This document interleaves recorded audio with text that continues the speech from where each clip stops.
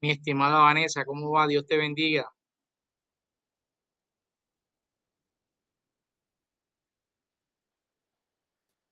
Bien, profe, gracias a Dios. ¿Y usted está mejorcito?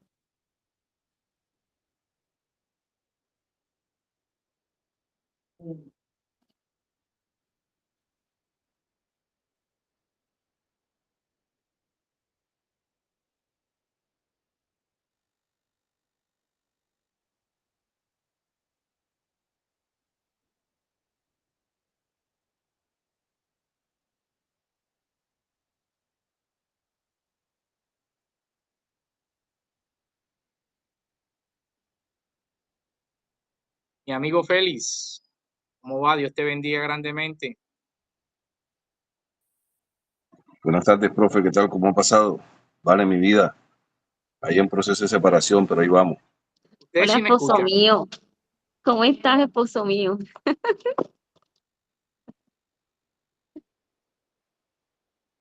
Hola, hola. Hola.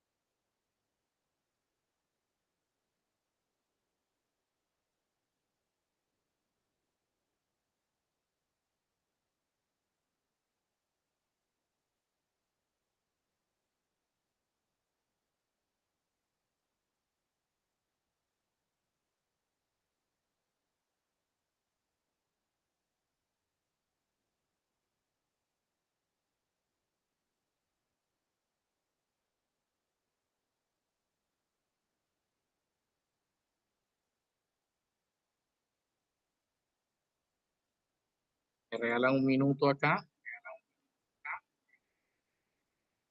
Listo, lo que quería darles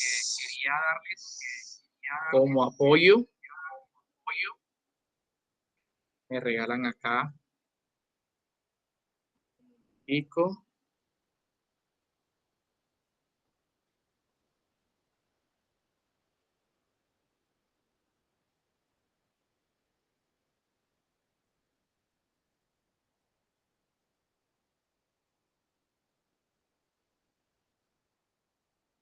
Listo, para poderlos apoyar en todo ese proceso de lo que es la planeación tributaria, pues creé esta estrategia de acuerdo a las dudas, inquietudes y a las ocupaciones de cada uno de ustedes.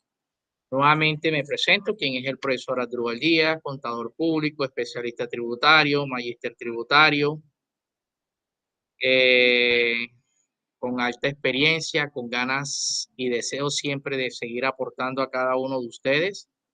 Y bueno, de la mejor manera, que todo siempre se haga bajo su... Muchos preguntaban qué es lo que nosotros vamos a aportar o qué es lo que nosotros vamos a dar durante todo el contenido que tenemos rediseñado para ese proceso de aprendizaje. ¿Me confirmas un momentico, Vanessa, si se ve la diapositiva, por favor?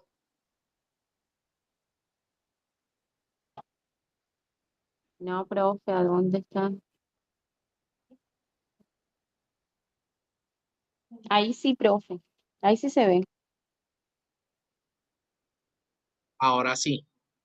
Sí, señor. Entonces nosotros miramos el contenido que nosotros tenemos dentro del aprendizaje de la planeación tributaria, es el siguiente.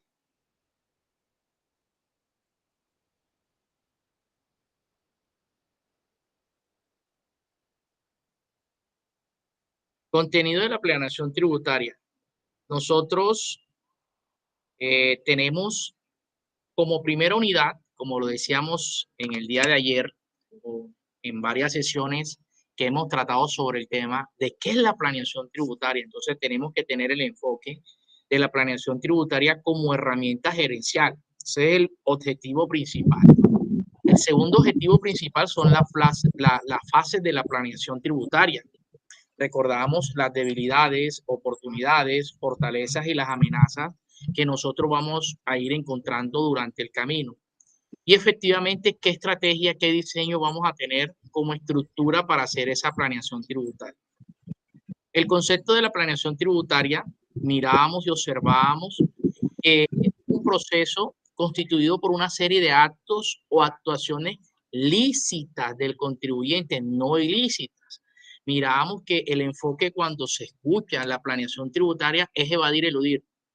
Y ya nos damos cuenta que eso es algo que quizás el sector externo no tiene la claridad, y durante el aprendizaje nosotros debemos hacer entender que la planeación tributaria hay que saber de normas y buscar los vacíos de las normas para buscar siempre el principio de favorabilidad del contribuyente, pero sin que afecte al fisco. ¿Quién es el fisco en este caso? En este caso, estamos apuntando a la Secretaría de Hacienda, que si nosotros nos vamos a los principios constitucionales del artículo 338, recordábamos que era el sujeto activo. Y el sujeto activo en este caso está haciendo las veces de la DIAN. El sujeto activo es el Estado, pero el Estado, ¿a quién le designa la función? A la DIAN, y a su vez a Secretaría de Hacienda, a su vez a quién, a la UGPP. Entonces nosotros tenemos que mirar y tener mucho cuidado que la planeación tributaria, cuáles son las responsabilidades y los compromisos que se tienen con estas entidades, y muchas entidades que dependiendo de nuestro objeto social vamos a ir desglosando. Recordemos que el Plan Único de Cuenta, todas las empresas llevan actualmente el decreto 2650 de 1993. Desapareció fue la ley 1314 del 2009 y se involucra lo que son las NIF. Otra caja de las herramientas, el Código de Comercio, el Estatuto Tributario, el Código Penal, el Código Civil, y nunca me debo apartar del Código Laboral por el tema de la UGPP. Adicionalmente, la jurisprudencia. ¿Quieres minimizar la carga fiscal de tu empresa? Eso es lo que te va a preguntar el empresario que está allá afuera esperando por ti. Para eso necesita alguno de ustedes, que no es que nos aprendamos toda la norma, pero siempre tenemos que tener todo dentro de esa pirámide que les estoy presentando en estos momentos. Que no se te olvide, te he insistido en más de 1, 2 y 3 oportunidades y no me voy a cansar de insistirte. Todo debe ser bajo fundamento jurídico. No es que yo creo, yo pienso o a mí me dijeron. Si a ti te dice un colega, el colega te tiene que dar el argumento jurídico. Si a ustedes le consultan, ustedes tienen el deber ser de entregar esa respuesta idónea bajo el argumento jurídico, bajo el método exegético, donde es lo que dice la norma y cómo me debo ceñir a la norma. ¿Qué vimos? El diagnóstico organizacional. El diagnóstico organizacional es fundamental, mirar lo externo versus externo.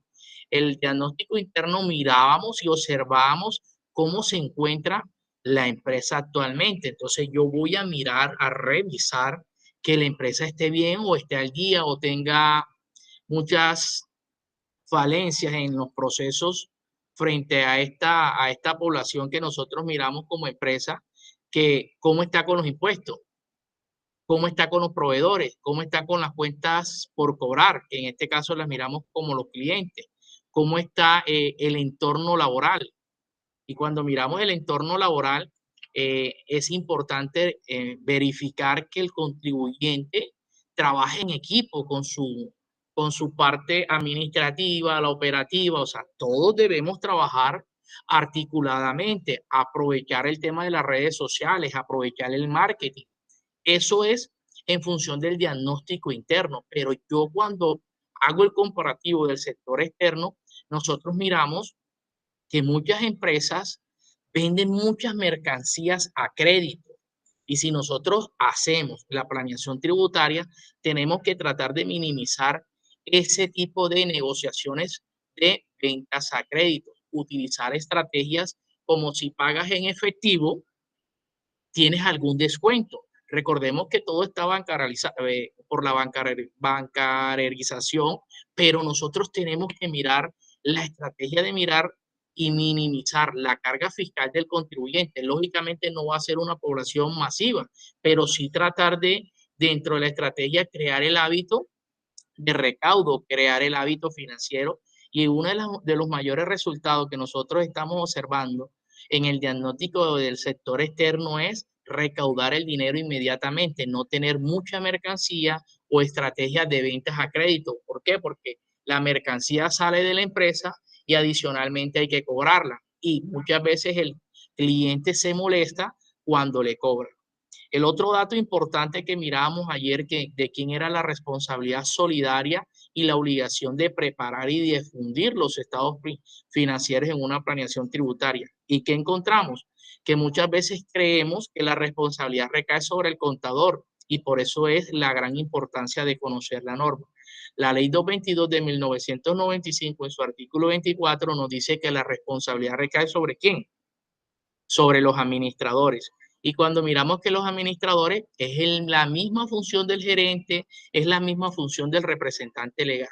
Y cuando miramos de quién era la obligación de preparar y difundir los estados financieros, observamos bajo la misma norma que nos dice en el artículo 34 de la ley 222 de 1995, obligación de preparar y difundir los estados financieros, y encontramos que la norma nos dice al fin de cada ejercicio social y por lo menos una vez al año, al 31 de diciembre las sociedades deberán cortar sus cuentas y preparar y difundir los estados financieros de propósito general debidamente certificados. Tales estados se difundirán junto con la opinión profesional correspondiente, pero deja una puerta, deja un lenguaje de la hermenéutica del derecho, si ésta existiera. Ojo, esto es contablemente, pero si nosotros lo miramos, aquí la norma te dice por lo menos una sola vez al año. Eso es contablemente. Hay una diferencia entre la contabilidad comercial y la contabilidad tributaria. La contabilidad tributaria sí te dice, de acuerdo al decreto 654 de 1989, que la contabilidad no debe estar más de 4 meses de atraso. Entonces yo tengo que sincronizar en la planeación tributaria, tener claro lo comercial versus lo tributario. En lo comercial te dice por lo menos una vez al año. Si nosotros llevamos una contabilidad en sistema y no acostumbramos a imprimir los libros de contabilidad, puede surgir esto. Llega la visita de Secretaría de Hacienda, que es uno de los sujetos activos, en este caso el Estado le dice, ustedes son trabajadores míos para que fiscalicen los impuestos, en este caso vamos a mirar el ejercicio de industria y comercio. Llega Secretaría de Hacienda o puede llegar la DIAN a revisar ¿qué? Los libros de contabilidad, inspección de libros de contabilidad. Y vamos a suponer que la empresa de Vanessa, de Feli, de Yuli, de cualquiera de las personas que estamos acá, yo soy el fisco, yo soy el de la DIAN o puedo ser las veces de Secretaría de Hacienda.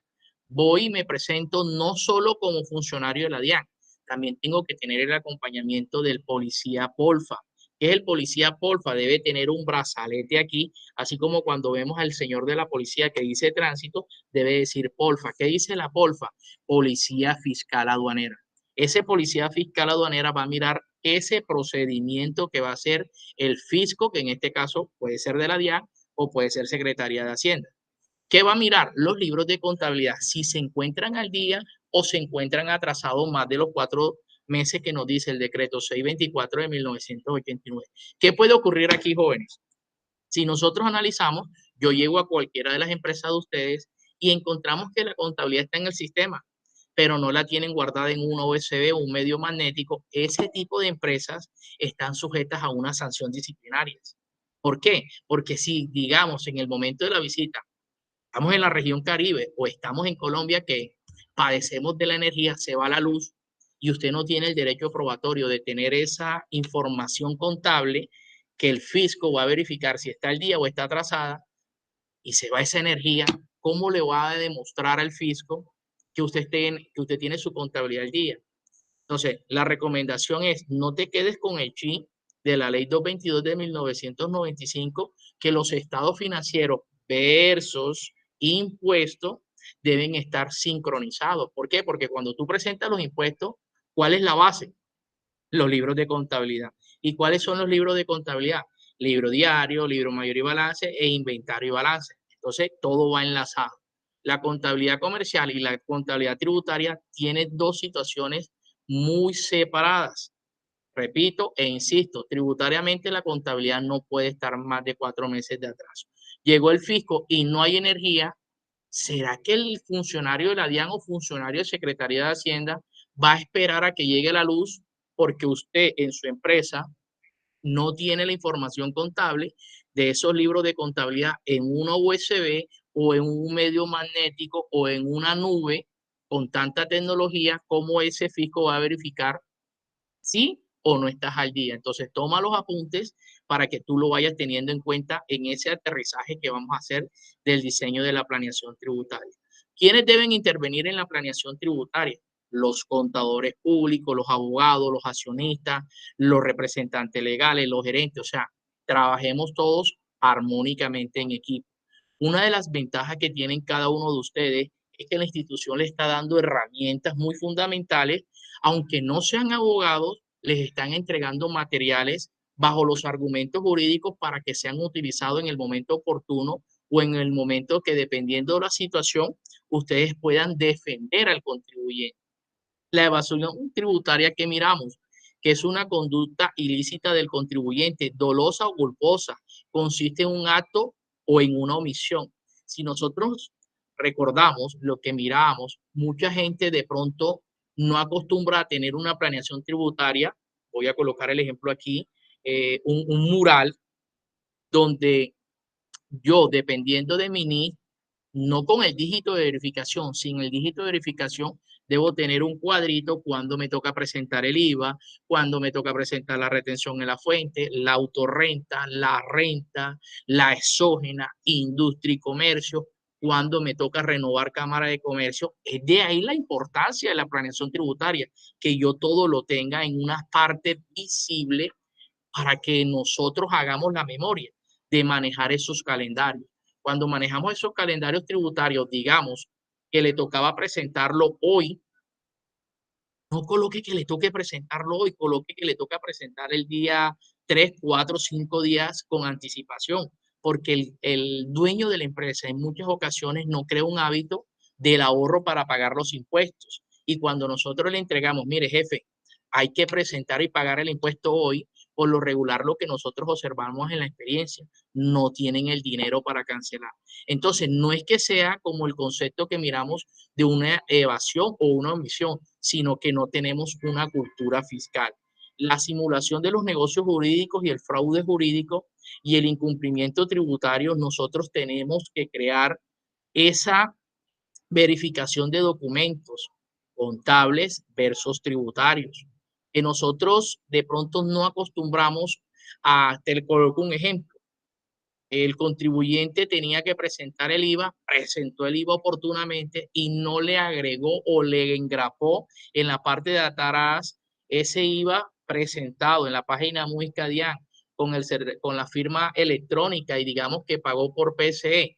Tiene aquí en sus manos el documento, formulario 300 y formulario 490, y no acostumbramos a pegarle o agregarle o armar un paquetico de colocar los auxiliares que se afectan las cuentas con los saldos para que esa contabilidad, esa presentación de impuestos sea de una manera más transparente y que el contador y que el grupo de trabajo hablen el mismo idioma e entiendan el tema contable y el tema tributario. Entonces, cuando nosotros miramos la evasión, no es que no presente un impuesto, es que no tenemos el hábito de la cultura fiscal.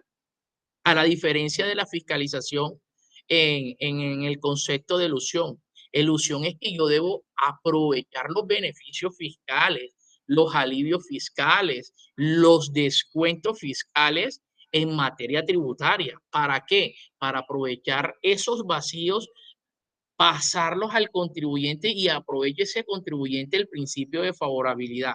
Entonces, nosotros miramos que la elusión, ayer mirábamos y analizábamos, que decía, distinta a la evasión tributaria. ¿Qué es la elusión tributaria? Es mucho más difícil y compleja, ya que el fondo se trata de situaciones contempladas en la misma ley. ¿Y qué mirábamos con los compañeros? Mirábamos que la misma ley, ¿cuál es la misma ley que analizamos? Decreto 624 de 1989, artículo 617, y analizamos los requisitos de la factura. Los requisitos de la factura es la fuente de ingreso del contribuyente. El contribuyente, si no vende, si no produce ingresos, ¿cómo va a contrarrestar, discúlpeme la palabra, los gastos y los costos que se puedan ocasionar en la empresa? Entonces, lo primero es mirar cómo está facturando también la empresa. Si ese documento que está entregando al consumidor final lo está cumpliendo como nos dice la norma, los requisitos de la factura. ¿Y qué estamos observando? Que dentro de los requisitos de la factura, el literal C, la factura por ese proveedor autorizado que tienen las empresas que ustedes tienen, verifiquen si dice señores, si dice nombre, razón social, cliente, adquiriente, no está cumpliendo los lineamientos y los parámetros como nos los enseña el método exegético. El método exegético es ceñirme a lo que dice la norma. No hay yo creo, yo pienso o a mí me dijeron. En ese orden de ideas, nosotros miramos que cuando no interpretamos la hermenéutica del derecho, genera confusiones. Entonces, cuando genera confusiones, mira lo que afecta en una planeación tributaria del contribuyente. Puede que el fisco, en este caso Secretaría de Hacienda o la DIAN, haga un acta de visita por el tema de la facturación y encuentra en el 657, numeral 1, literal C, este tipo de contribuyentes está incumpliendo con ese literal C al no decir tal cual como dice la norma, que dice apellidos y nombre o razón social. Entonces, tema para tenerlo en cuenta en el concepto de saber planear, pero saber sincronizar lo que es la evasión versus la elusión tributaria. ¿Qué también miramos? Los principios de la planificación tributaria, la legalidad, la realidad, materialidad. Todos estos principios deben ser ceñidos bajo el argumento jurídico. No es yo creo, yo pienso o a mí me dijeron. Siempre debemos evitar cuando decimos ese concepto verbalmente lo que nos dice la ley 222 de 1995, artículo 43 de 1900. Me disculpa un segundo, y no que unos estudiantes acá me hicieron reír.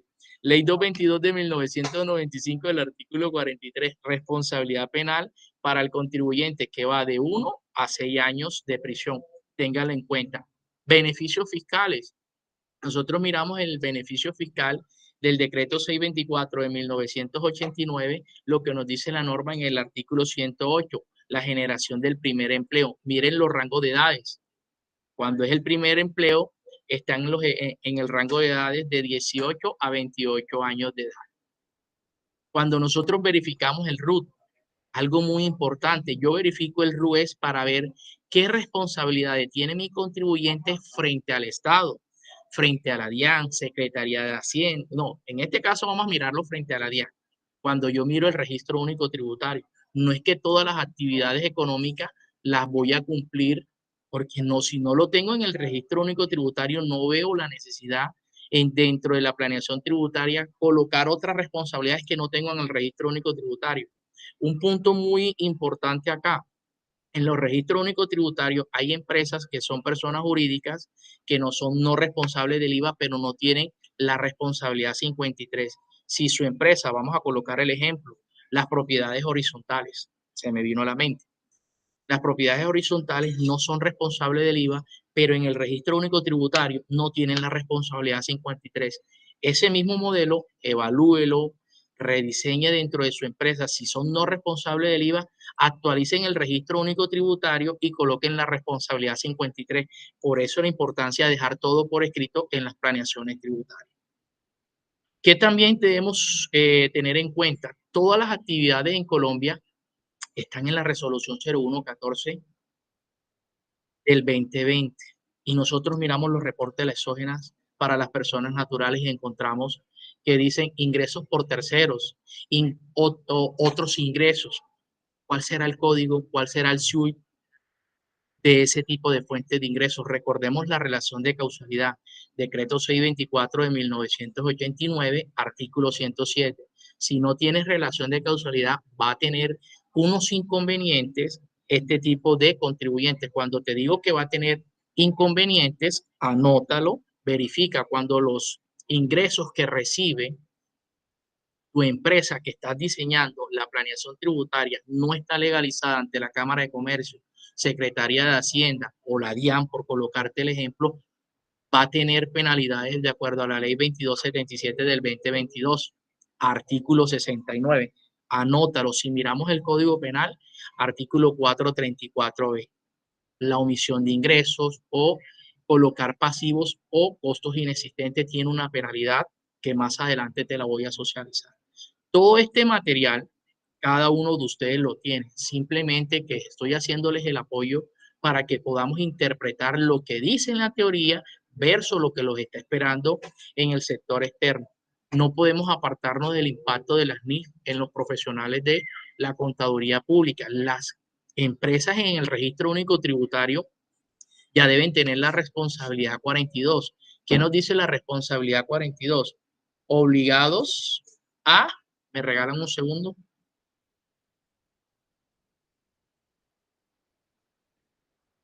Un segundo.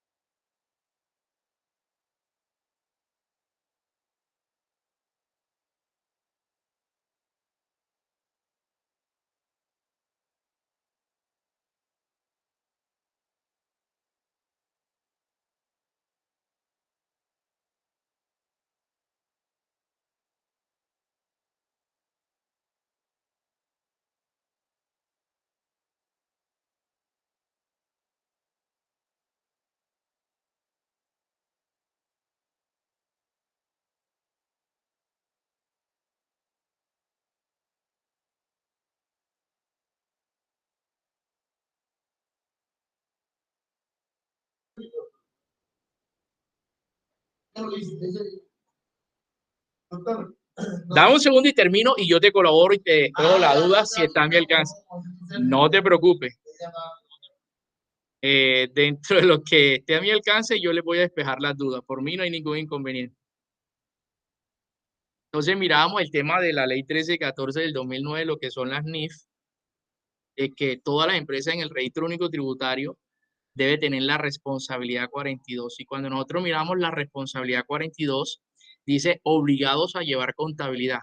Y cuando miramos el concepto de obligados a llevar contabilidad, es de gran importancia ya el acompañamiento de la planeación tributaria. Usted debe dejar rediseñado, dejar plasmado a qué grupo pertenece de las NIF. Ley 1314 del 2009 existen tres grupos. El grupo número 1 es las NIF plena, el grupo número 2 las pymes y el grupo número 3 las microempresas.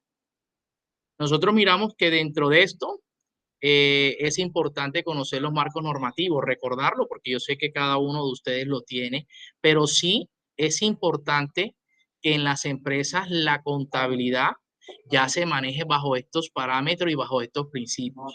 Que algunos contadores las aplican, otros contadores no las aplican, pues ya usted déjelo plasmado dentro de la planeación tributaria. Si lo aplica o no lo aplica, usted colóquelo y lo deja como recomendación que lo debe aplicar.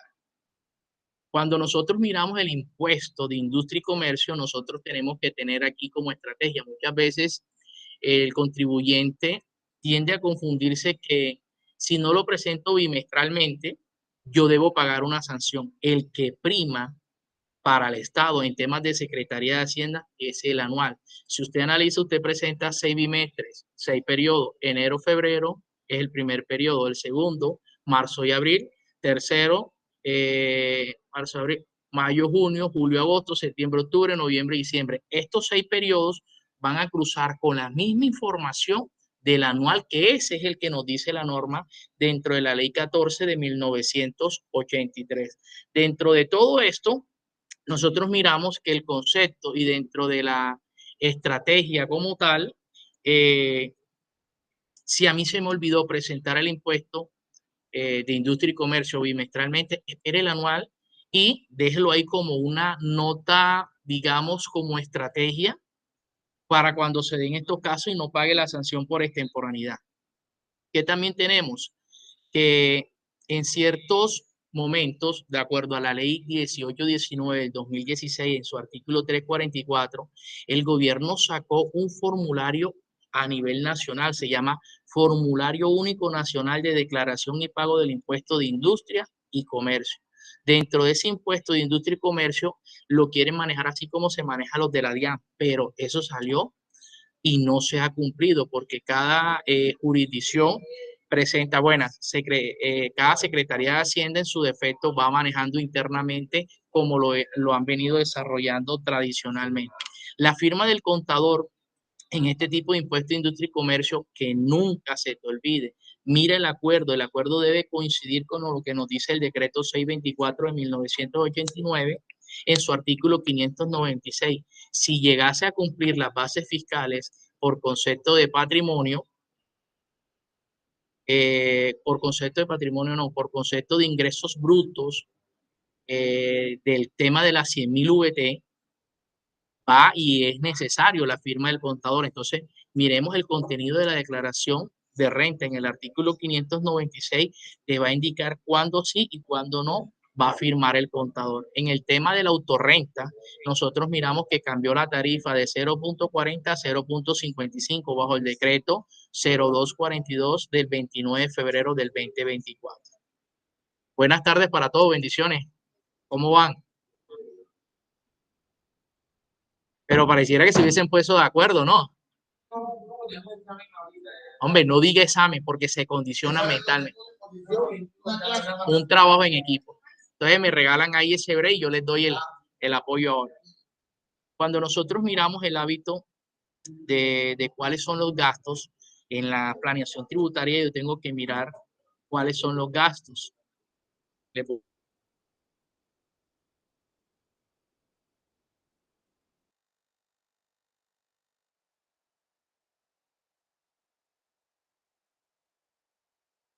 me fue el sistema. Les cuento que estoy en un curso que no es el mío. Esto acá lo han cambiado y lo han rediseñado. ¿Desde cuándo hicieron las modificaciones aquí en la TECNAR? De estos cursos, curso 1, curso 2, que ustedes me dicen.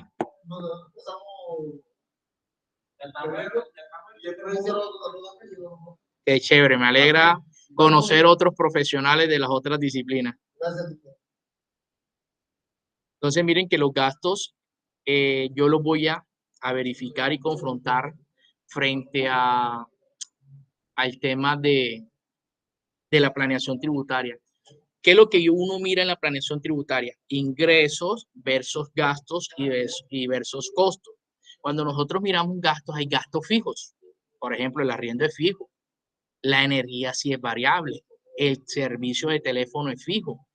El agua es variable, pero los valores son muy aproximados. Lo único que varía cada periodo o dependiendo de la periodicidad viene siendo en materia de impuestos. Cuando nosotros miramos en materia de impuestos, miramos los impuestos de autorrenta, del IVA, de la misma declaración de renta. El costo también es variable. Muchas veces los contribuyentes acostumbran a comprar mercancía sobre mercancía y no tiene una rotación, no tiene buenos movimientos. Dentro del orden de ideas, aquí hay un ejercicio donde nosotros debemos comparar el tema de los gastos y los costos versus la utilidad que desea tener el contribuyente, que en este caso son 4 millones de pesos. Entonces, miren que nosotros dentro de esto hacemos este ejercicio. Miramos los costos, aplicamos la nómina, verificamos si en la nómina realmente se le está dando un buen manejo. Cuando nosotros miramos un buen manejo, nosotros entendemos que cuando van a aplicar las fórmulas internas para liquidar la seguridad social y los parafiscales, muchos están inconvenientes, tienen muchos inconvenientes. Ya se los voy a mostrar desde qué punto de vista. Cuando nosotros miramos esto, lo que es teoría, pero vamos a llevarlo a la práctica, nosotros miramos en la práctica que las deducciones, lo que les decía, esta es una retroalimentación de cuando yo utilizo las deducciones, aprovecho los descuentos tributarios para minimizar carga fiscal. Ejemplo, decreto 624 de 1989, artículo 107, raya 2, deducciones por contribuciones a educación de los empleados y los hijos menores de 7 años. También miramos que en el 108 los aportes parafiscales son requisitos para las deducciones de los salarios, la deducción del primer empleo, la deducción de la cesantía, la exoneración de los aportes, deducción de impuestos pagados y otro, que ese es el de industria y comercio. El de industria y comercio es el 100%. En el gravamen del movimiento financiero, recordemos que la norma nos dice el 50%. Algo que también es favorable son las donaciones, pero en las donaciones que te recomiendo, que si lo dejas rediseñado en la planeación tributaria, es importante tener en cuenta el artículo 125, raya 1 y raya 2, versus el 257, que lo vamos a ver más adelante.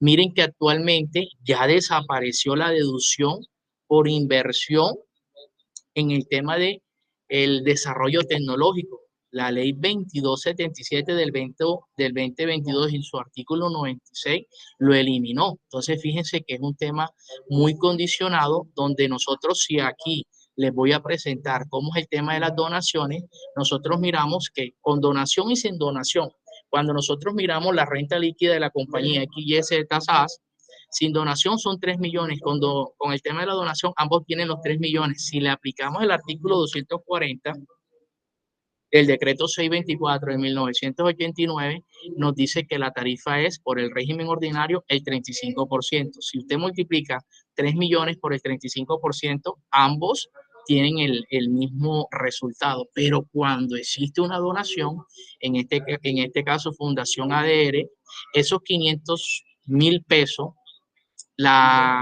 existió una donación por el valor de los 500.000 pesos. Si yo me voy a la norma del 125 raya 1 y 125 raya 2, que cumpla los requisitos, le voy a practicar el 25% a esos 500.000 pesos.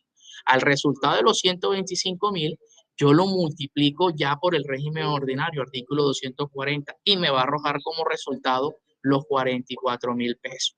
¿Qué miramos? El tema de vincular a las empresas, las personas con discapacidades. Este ejercicio lo vamos a hacer por medio del Excel que yo les mandé.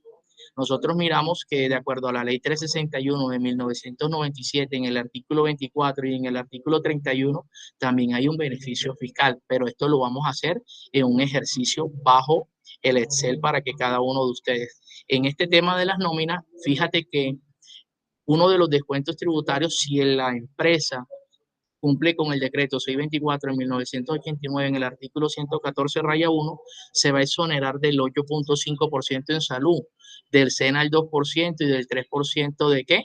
Del ICBF. Se beneficia por esta parte y también lo que paga en autorrenta, por concepto de autorrenta, también se lo va a descontar en su declaración de renta para que lo tengan ahí en cuenta. Entonces, cuando miramos y recordamos beneficios fiscales, mira, 107 raya 2, el 108, el 108 raya 5, 109, estos temas los vamos a ver en Excel. Igual, ya ustedes tienen el apunte con el tema de las deducciones. Y cuando miramos con discapacidad, que hay un tema que quizás muchas veces lo vemos como por polémica. Y cuando lo miramos como por polémica, nosotros miramos y analizamos que la persona con discapacidad, el empresario puede pagarle menos del salario mínimo en mutuo acuerdo, pero para el Estado lo que nos dice el beneficio es el salario mínimo legal vigente, es lo que le aceptan a esa empresa como beneficio fiscal. Por ejemplo, ni Dios lo quiera, Pepito Gutiérrez, lo tengo trabajando en la empresa y yo le digo a Pepito Gutiérrez, como tú tienes una discapacidad, no te puedo pagar el salario mínimo. Eso es un acuerdo entre las partes. Digamos que le paga 700.000 pesos para el Estado, yo tengo que reflejar que realmente le estoy pagando el salario mínimo porque es algo firmado por decreto presidencial. Entonces, esto también lo vamos a ver en el Excel para que ustedes mismos tengan el tema más claro y podamos desarrollarlo de una mejor manera basándonos en la teoría versus las prácticas. Otro dato importante, miremos los indicadores de liquidez, de endeudamiento, el índice de rentabilidad y todos los indicadores que usted considere posible aterrizarlo y verificar la planeación tributaria. Mirar los estados financieros de años anterior con el versus el más reciente y hacemos un cuadro o una planilla comparativa para decirle al contribuyente cuál es la viabilidad que nosotros proyectamos en ese trabajo en equipo, los contadores, los abogados y en su defecto los inversionistas o los gerentes o los representantes legales. El IPS también lo tengo que tener en cuenta, el incremento en venta. Todas estas herramientas nosotros se las estamos entregando a ustedes con la finalidad de que ustedes hagan una depuración. Bienvenida, Dios te bendiga.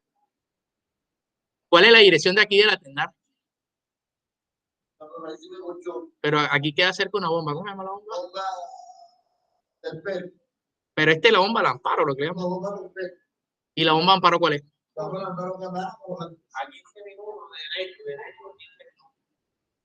Bueno, para ubicarme. Entonces.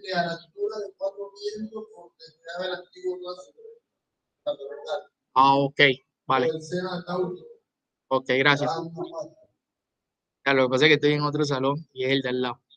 Entonces, dentro de ese orden de ideas, estas plantillas, yo se las estoy dejando a ustedes para que ustedes depuren y hagan esa relatoría o ese trabajo en equipo que yo los voy a apoyar. Nunca van a trabajar solos, simplemente les estoy dando las herramientas para ese diseño y ustedes aprendan a hacer esa planeación tributaria lo más detallado posible. Mira que en estos formatos son de fuentes propias.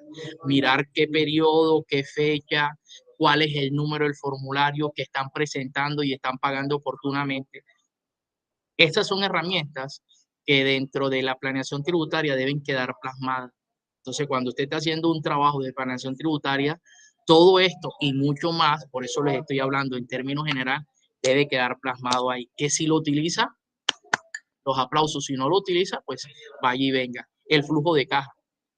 El flujo de caja yo lo tengo que mirar mes a mes o bimestre a bimestre. Ya eso es un acuerdo mutuo dentro de las partes que están interviniendo dentro de la planeación tributaria. porque la responsabilidad, recuerden, no cae sobre el contador, cae sobre el gerente o representante legal. El presupuesto de los ingresos, lo que les decía, si nosotros miramos acá, nosotros miramos que dentro del orden de idea existen muchas ventas a crédito, como se los estoy mostrando acá. Entonces, este indicador es un focus de que la empresa quizás puede ir a quiebra por tener mucho porcentaje de las ventas a crédito. Si nosotros miramos enero versus las ventas al contado y las ventas a crédito, están mayor en un 80% las ventas a crédito. Entonces, ese es el reto de buscar la manera de cómo disminuir esas ventas a crédito y volverlas al contado un dinero disponible para la empresa, para el empresario.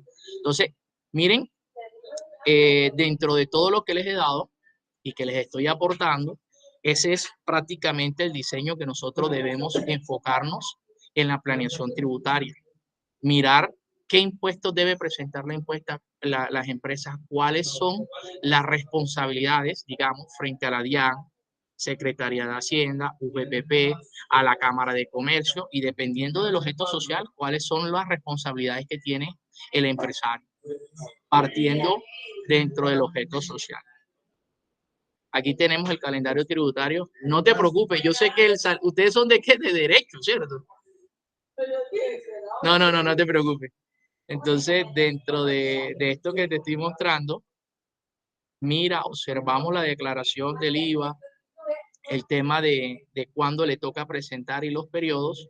Todo este material ya lo tienen ustedes. Esperemos que les sirva. Si no lo entienden, pues aquí estoy dispuesto siempre a apoyarlos.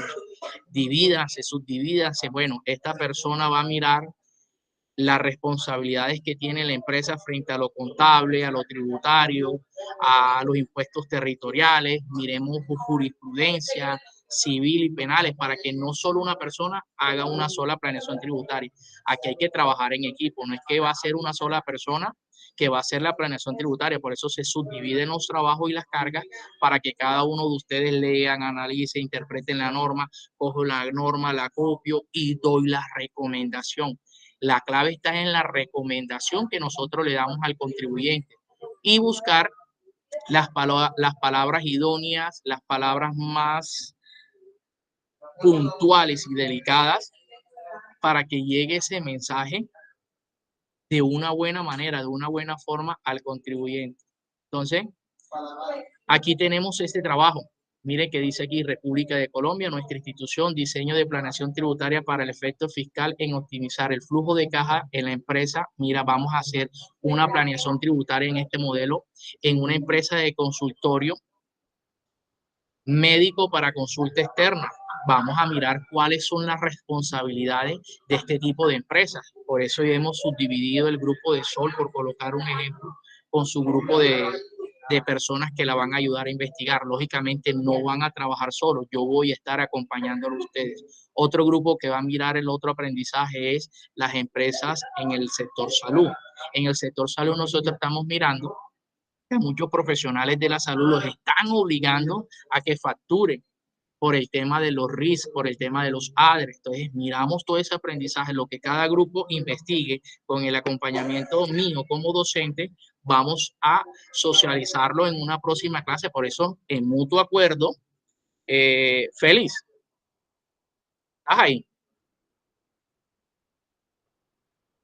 Félix, Vanessa. Diga, profe. Dígame, profe. Vanessa, dentro de las responsabilidades de ustedes que hicieron un documento del tema de que estaban en exógena, de que estaban en declaraciones de renta y todas las ocupaciones, me dijeron que los apoyara en este video en mutuo acuerdo, pues todo lo que esté a mi alcance. Mi estimada, ¿cómo te ha parecido o has entendido todo lo que nosotros como formadores y todo lo que esté al alcance de nosotros lo colocamos a disposición de todos ustedes? Mira que estamos haciendo las cosas tanto dejando un video para que de pronto lo que no alcancemos en clase podamos socializarlos en el aula de clase. Sabes que conmigo siempre vas a contar con todo lo que está a mi alcance. Entonces, mira que, Claro que sí, profe, gracias. No, sí, me acordé de muchas cosas y aclaré otras. Ahí estaba trabajando, estoy en la oficina y estaba prestando atención.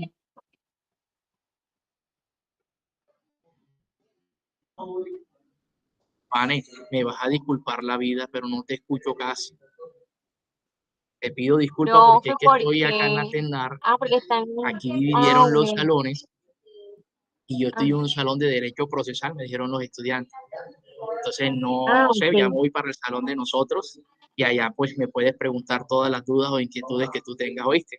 Entonces te pido enormemente Bueno, profe, esas gracias. disculpas y cualquier cosa pues me estás escribiendo por el WhatsApp para despejarte la duda o cuando lleguemos, yo ahorita te digo y te despejo todas las dudas. Sé que te estoy quitando un poco ahí de tu tiempo y no te escucho. Entonces, precisamente, este era el apoyo del video que muchos me decían, profe, la verdad es que no entendemos qué vamos a hacer con la planeación tributaria, pues aquí les estoy dejando estas herramientas como para tratar de minimizar lo que más podamos y no logren entender ustedes. Entonces, mira que acá tenemos la tabla de contenido.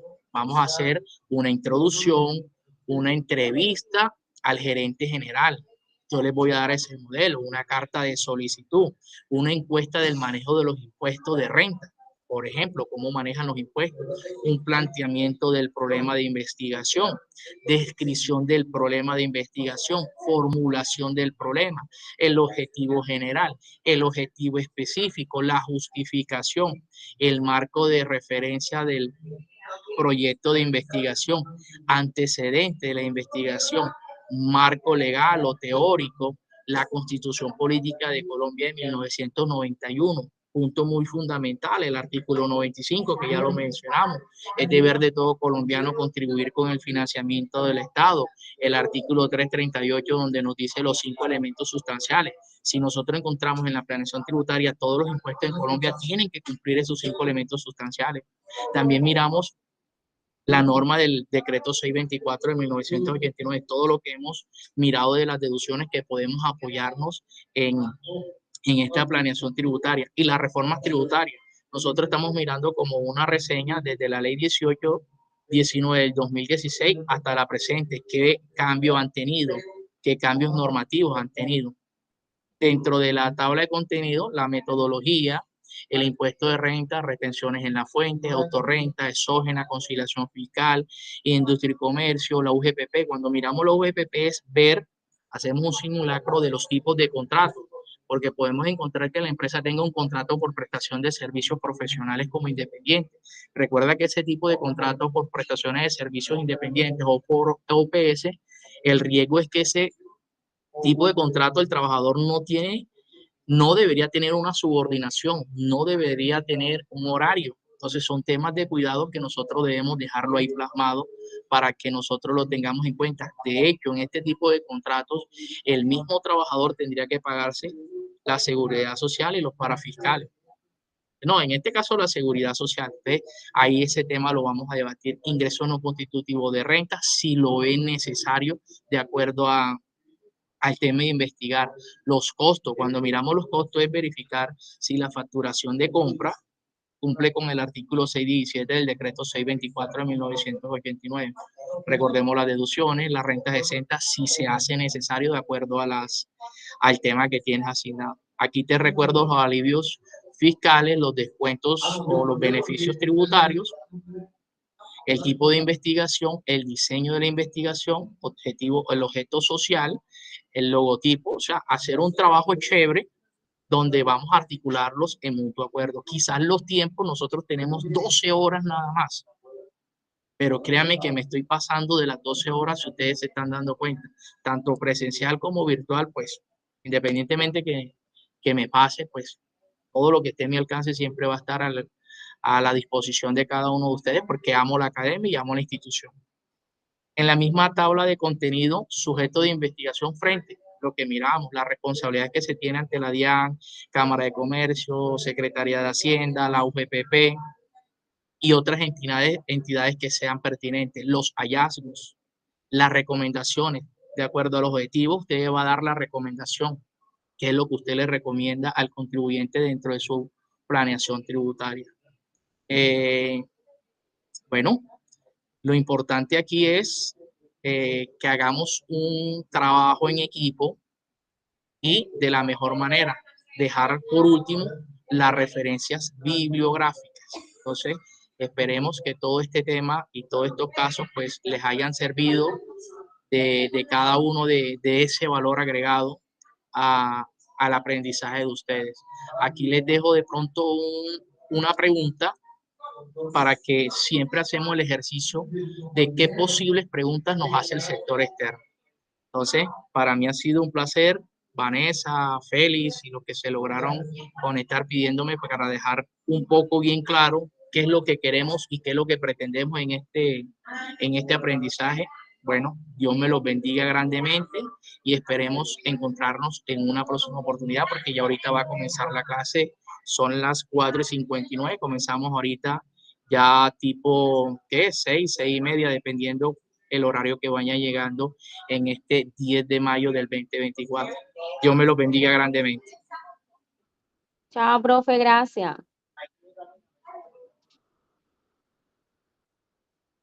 Bye, bye.